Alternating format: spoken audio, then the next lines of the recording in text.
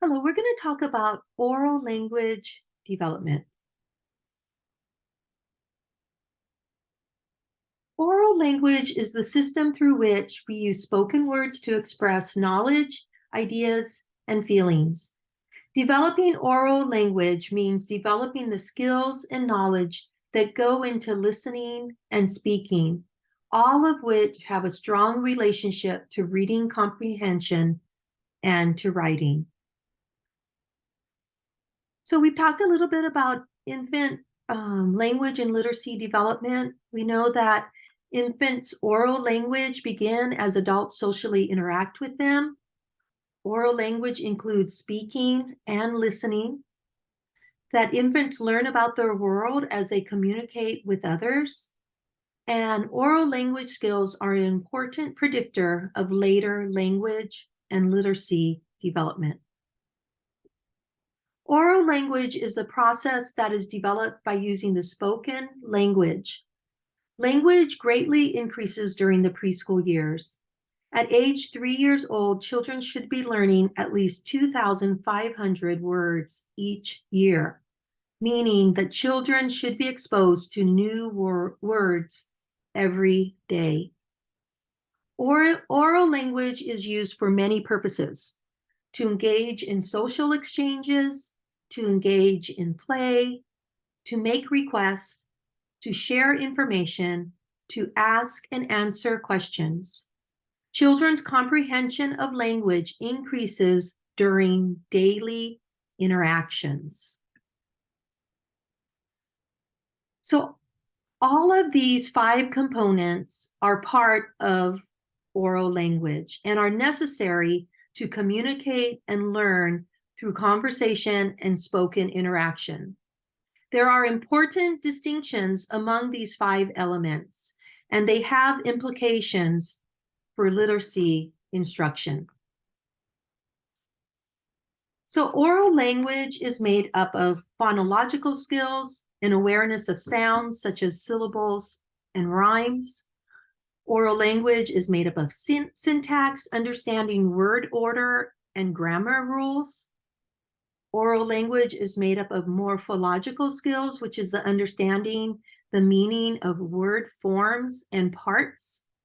Oral language is made up of pragmatics, which is the understanding of the social rules of communication.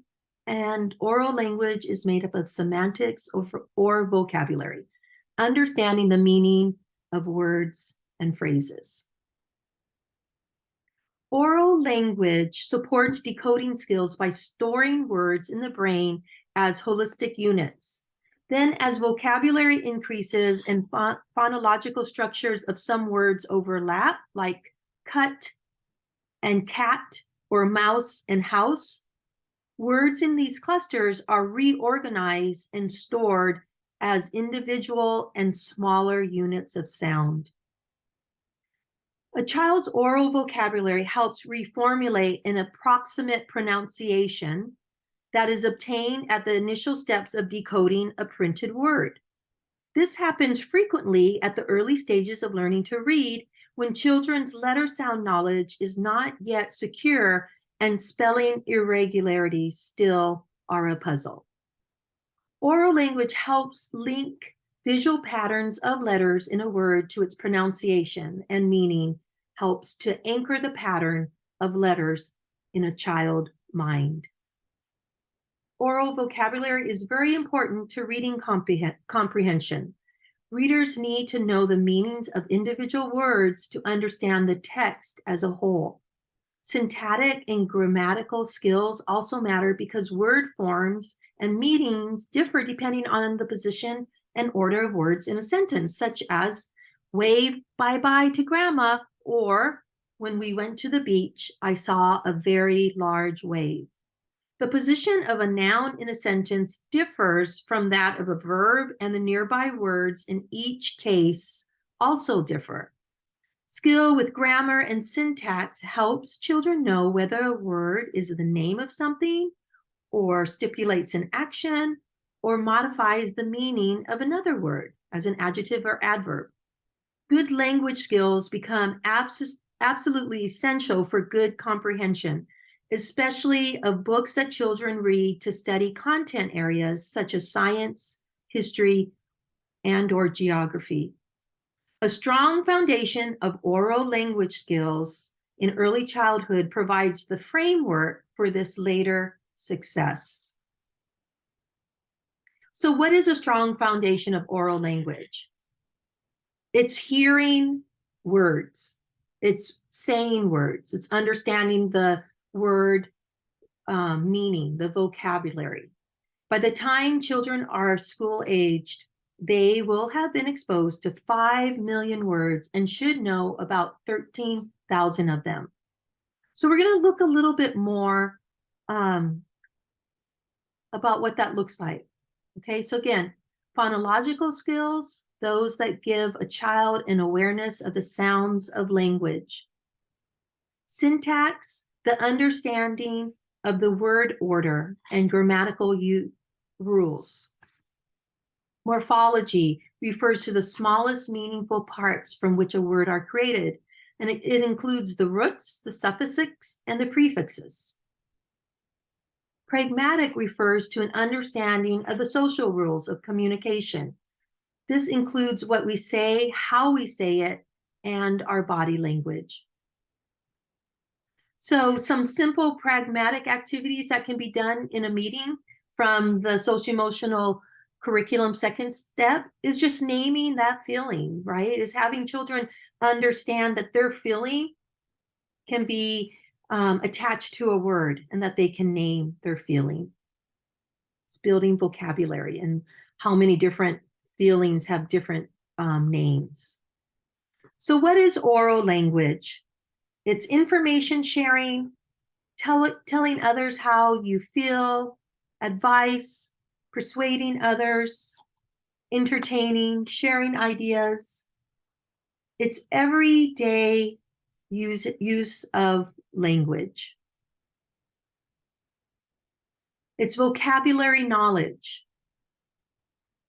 It's semantic knowledge, understanding the meaning of words and phrases and using those words and phrases to communicate effectively. Oral language. When we think about that strong foundation and that children who are school age should be exposed to 5 million words and should already know 13,000 of them, we understand that there are children who don't know 13,000 words. Is it possible for teachers to design instruction that will close that language experience gap? Yes, it is. And we're going to talk about that in the language literacy rich classroom environment. But teachers can be instrumental in closing the language experience gap. Students who struggle with a language deficit will need many language-rich experiences, as well as systematic and explicit instruction to help them catch up to their more verbal peers. Children will talk more if we wait a few seconds before we reply to what they say. If we look at their faces and show we are interested and listening. If we talk about what children want to talk about and have a feedback loop where a child responds, then the teacher responds. And how many times can you respond and keep that conversation going? Talk about what a child is doing. You can broadcast their actions. I see you are painting with red paint. Tell me what you are painting about. Repeat new words often. Avoid interrupting children and avoid changing topics quickly. A responsive classroom has 4 key domains. Engaging academics, where teachers create learning tasks that are active, interactive, appropriately challenging, purposeful, and connected to student interest.